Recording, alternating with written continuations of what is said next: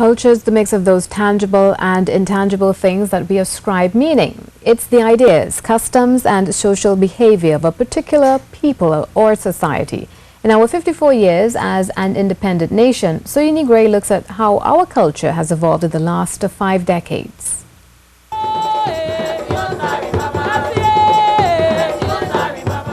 To answer this question, I decided to speak to a range of people.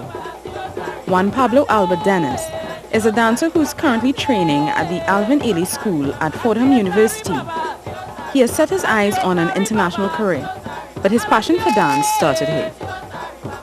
The dance training, I was actually talking about this recently. In like the 70s, 80s, there was a big boom of dancers, and we have names that have represented Trinidad on a global stage that people still remember to date.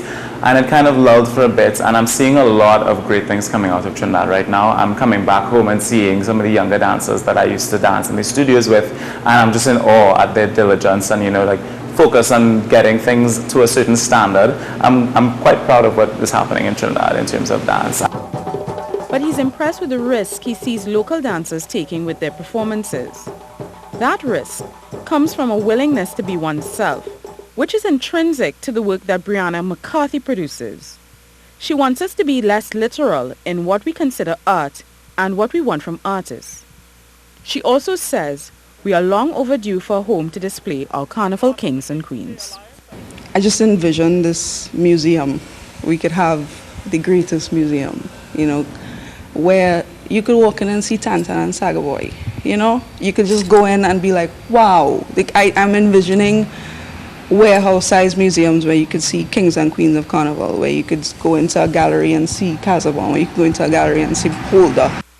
Something that finds favor with the director of the Carnival Institute, Dr. Kim Johnson.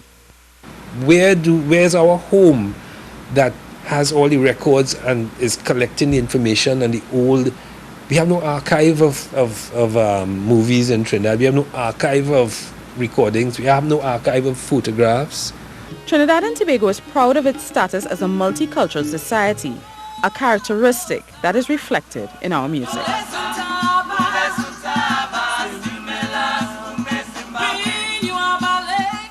Ever since I was small, they could stand up tall and strong like a wrecking ball. I could knock them down.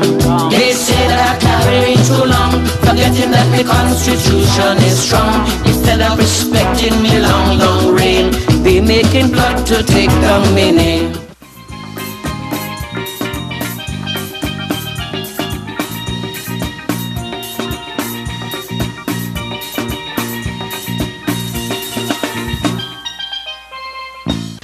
Basically, I believe that these changes would have taken place because of who we are. If we throw our mind back to the 70s and the 80s, as I was saying, we had all of the influences from outside. So we would have had Mello singing, having Disco Daddy, and we had that influence of that disco music from outside having an impact. That has been part of the tradition of our music.